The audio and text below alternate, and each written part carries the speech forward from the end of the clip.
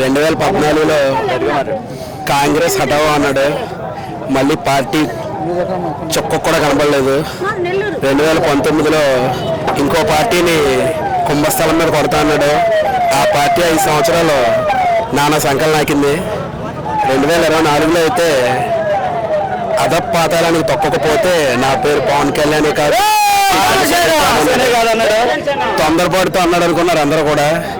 Party election results వచ్చి number చూస్తే కానీ అర్థం లేదు అధపాతాలం అంటే ఏంటో. అంటే స్టేట్లో అధపాతాలం అంటే నెంబర్ 11 అని చెప్పి బాస్ ఒక నేమ్ ఇచ్చాడు. అవునండి, అవును. సో ఇవాళ గెలిచిన తర్వాత ఎవరి బాస్ పెట్టుకుంటా అన్నాడు. అది ఈ రేంజ్లో పెట్టుకుంటాడు అనుకోలేదు ఎవరో కూడా. ఎనీవే తప్పకుండా. యాక్చువల్గా మొన్న జగన్ గారు మాట అన్నారు, కార్పొరేటర్ ఎక్కువ ఎమ్మెల్యే తక్కువ అని. కానీ ఆయన తెలియని విషయం ఏంటంటే వాళ్ళ తాతగారు పవన్ కళ్యాణ్ గారు తాతగారు గనులు నిర్వహించే వాళ్ళని చంపేసి గనులు తీసేసుకోలేదు. పొలిటీషియన్ చంపేసి పొలిటీషియన్ అయిపోలేదు. పొలిటీషియన్ కొడుకు కూడా కాదు. నథింగ్ బట్ ఎటువంటి రాజకీయ చరిత్ర లేనాడు పవన్ కళ్యాణ్. ఆయన ఎలా అంటాడంటే సీఎం ఇప్పుడు నేను అడుగుతున్నాడు సీఎం అవ్వగలరా లేదని. కానీ సీఎం కంటే పవర్ స్టార్ అనే పదవి చాలా పెద్దదే, చాలా పెద్ద ఎత్తుకి ఎదిగిన పదవే పవర్ స్టార్ అంటే. సో సీఎం 5 సంవత్సరాల కోసం మారిపోతాడు, పవర్ స్టార్ అంటే ఒకడే ఉంటాడు. సో జగన్ గారి వాదనకి అర్థం లేదు. అందరికీ నమస్కారం. నా పేరు కాకు మురళీరెడ్డి.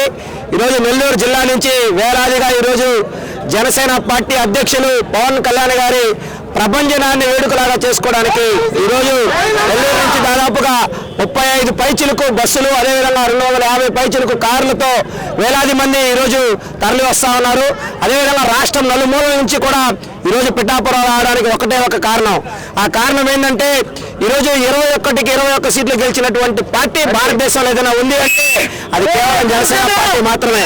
కాబట్టి ఆ సంబరాన్ని ఈరోజు సభ కాదు, ఇదే సంబరం అని చెప్పి మేము చెప్తా ఉన్నాం.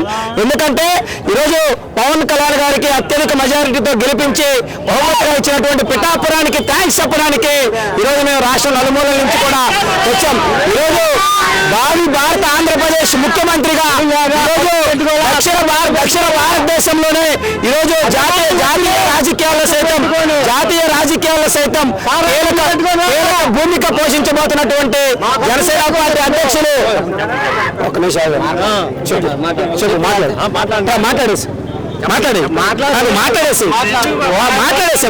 మాట్లాడుతూ భావి భారత జాతీయ రాజకీయాల్లో సైతం కీలక భూమిక పోషించబోయేటువంటి నాయకుడిగా పవన్ కళ్యాణ్ గారు తయారవుతా ఉన్నారు. ఇప్పటికే సనాతన బోర్డును ఏర్పాటు చేయమని పవన్ కళ్యాణ్ గారు ఇచ్చినటువంటి పిలుపు భారతదేశంలో ప్రతి రాష్ట్రంలో కూడా సంచలనంగా మారింది. ప్రజల మనసుల్లో ఉన్నటువంటిది ఈరోజు మారింది. సనాతన ధర్మ పరిరక్షకుడుగా ఈరోజు జనసేన అధ్యక్షుడు పవన్ కళ్యాణ్ గారు మారడం అనేది ప్రతి ఒక్కరు కూడా స్వాగతిస్తా ఉన్నారు. ఈరోజు అన్ని మతాలని గౌరవిస్తూనే సనాతన ధర్మాన్ని పరిరక్షించుకోవాలని చెప్పి గళమెత్తి నిర్భయంగా మాట్లాడినటువంటి నాయకుడు భారతదేశంలో పవన్ కళ్యాణ్ గారు మాత్రమే అని చెప్పి కూడా ఈ సందర్భంగా తెలియజేస్తా ఉన్నాం. అదే కాదు ఈరోజు 21 ఎమ్మెల్యే సీట్లు, అదేవిధంగా 2 ఎంపీ సీట్లతో పాటు ఈరోజు రాష్ట్రంలో కూటమి ప్రభుత్వం అధికారంలో ఉండడానికి కారణమయ్యారు. అదేవిధంగా తెలుగుదేశం పార్టీని కూటమిలో చేర్చి ఈరోజు కేంద్రంలో సైతం ఎన్డీఏ ప్రభుత్వం అధికారంలో ఉండడానికి కూడా కారణమయ్యారు.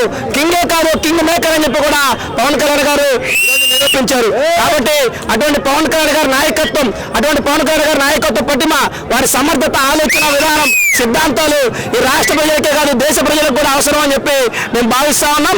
ఒక జాతీయ నాయకుడిగా పవన్ కళ్యాణ్ గారు 2024 ఎన్నికల తర్వాత ఎమర్చవడం అనేది జనసేన పార్టీ శ్రేణులందరికీ కూడా ఒక పండుగ వాతావరణం సృష్టించింది. అందుకే ఈరోజు పిఠాపురంలో జరగబోయేది సభ కాదు, సంబరం. ఇక్కడ ఉండేటటువంటి వేదిక కాదు, వేడుక. ఈ హోళీ ఏదైతే హోళీ యొక్క రాక్షసుని సంబంధించినందుకు పండుగ చేసుకుంటామో, ఈ రాష్ట్రంలో ఉన్నటువంటి రాక్షసులు పాలన ఇచ్చినటువంటి జగనాసురుడు అంతాన్ని ఈరోజు వేడుకగా చేసుకుంటూ జనసేన పార్టీ ఈ యొక్క 12వ సభని చేసుకుంటా ఉంది. రాష్ట్రం నలుమూల నుంచి వచ్చినటువంటి జన సైనికులకి ఒక్కడే చెప్తా ఉన్నాం, ఎంత ఉత్సాహంగా వచ్చామో అంతే జాగ్రత్తగా మనం ఇళ్ళకు వెళ్దాం. అదే మన పవన్ కళ్యాణ్ గారికి ఇచ్చేటువంటి అతిపెద్ద బహుమతి. జై జనసేన.